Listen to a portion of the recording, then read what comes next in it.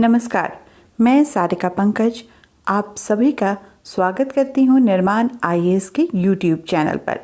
आज हम बात करेंगे शास्त्रीय संगीत के विषय में और बातचीत किन किन मुद्दों पर होगी, उसके विषय क्या होंगे वो मैं आपको बताती हूँ।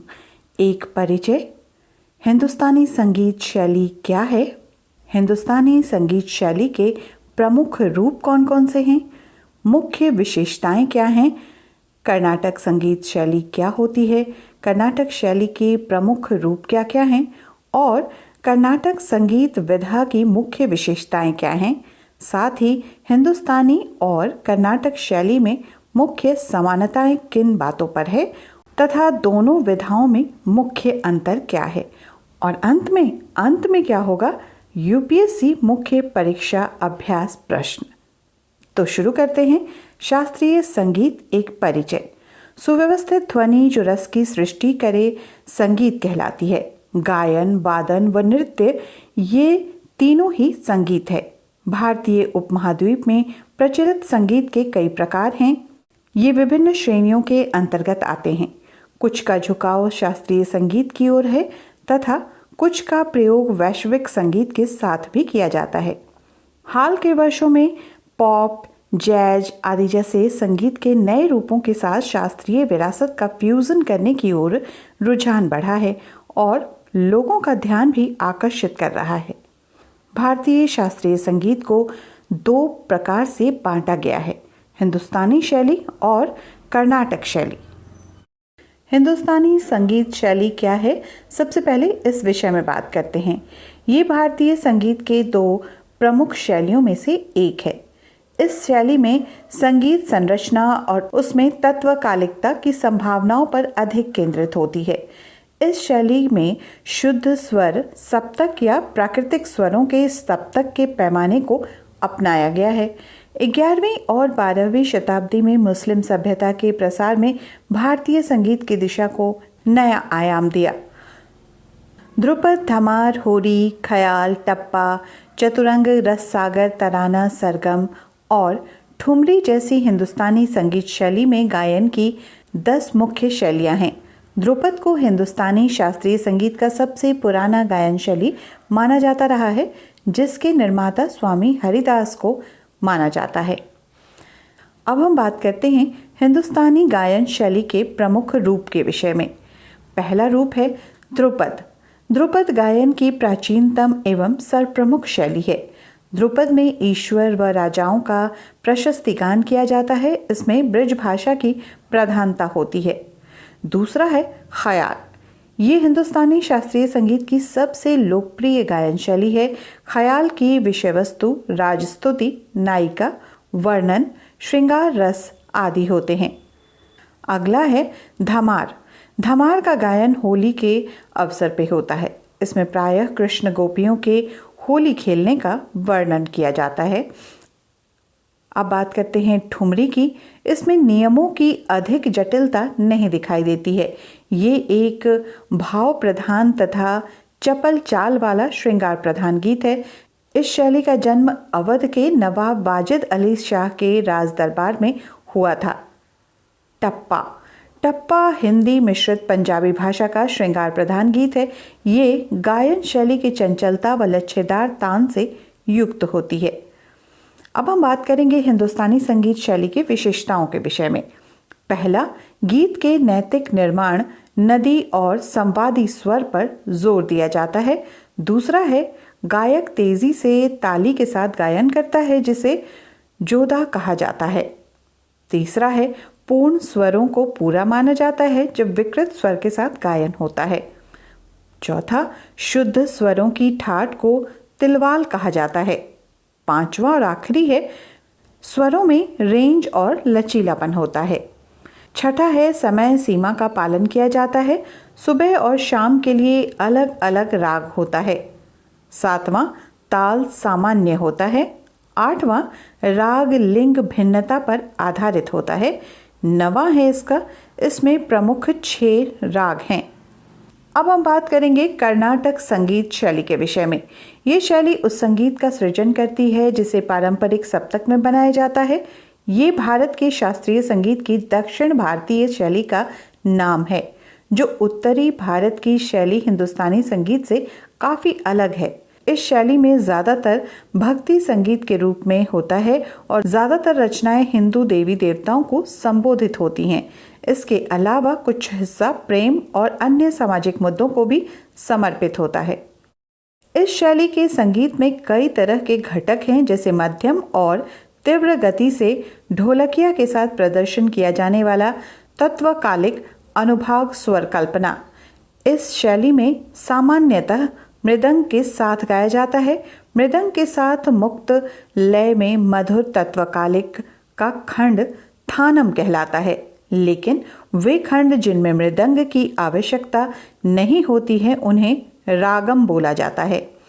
त्यागराज, मधुस्वामी दीक्षितार और श्यामा शास्त्री को कर्नाटक संगीत शैली की त्रिमूर्ति कहा जाता है, जबकि पुरंदरदास को अक्सर कर्नाटक शैली का पिता कहा जाता है। इस शैली के विषयों में पूजा अर्चना, मंदिरों का वर्णन, दार्शनिक चिंतन, नायक नायिका का वर्णन और देशभक्ति भी शामिल है। वर्णम, जावाली और तिल्लाना इस संगीत शैली के प्रमुख रूप हैं।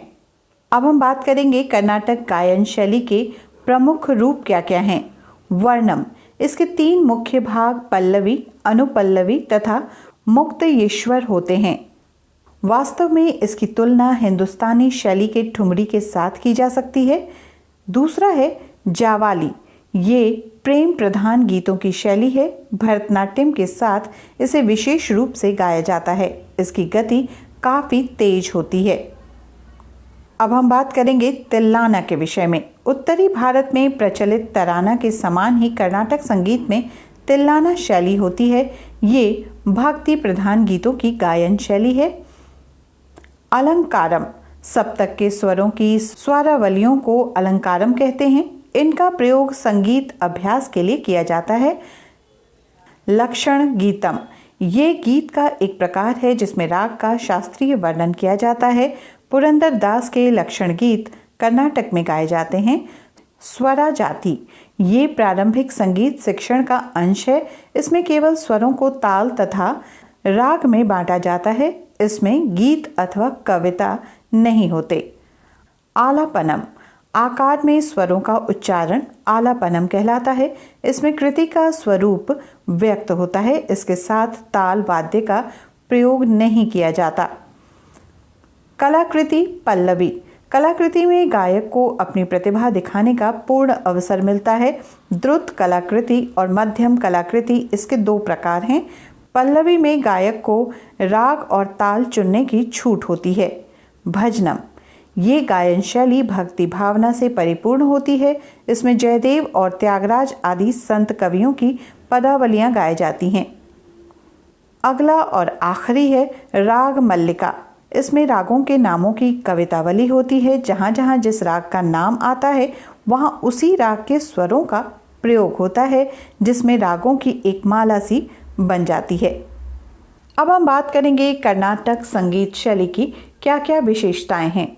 इस शैली में ध्वनि की तीव्रता नियंत्रित की जाती है। हेलिकल कुंडली स्वरों का उपयोग किया जाता है। कंठ संगीत पर ज़्यादा बल दिया जाता है। इस शैली में 72 प्रकार के राग होते हैं। तत्वकालिकता के लिए कोई स्वतंत्रता नहीं होती और गायन शैली की केवल एक विशेष निर्धारित शैली होती है। स्वरों की शुद्धता श्रुतियों से ज़्यादा उच्च शुद्धता पर आधारित होती है। शुद्ध स्वरों की ठाठ को मुखरी कहा जाता है। समय अवधि कर्नाटक संगीत में अच्छी तरह से परिभाषित है। मध्य विलाम्बा से 2 बार और द्रुता मध्य में से 2 बार है। आगे हम बात करते हैं हिंदुस्तानी और कर्नाटक संगीत के बीच क्या समानताएं हैं। दोनों ही शैलियों में शुद्ध तथा विकृत कुल 12 स्वर लगते हैं।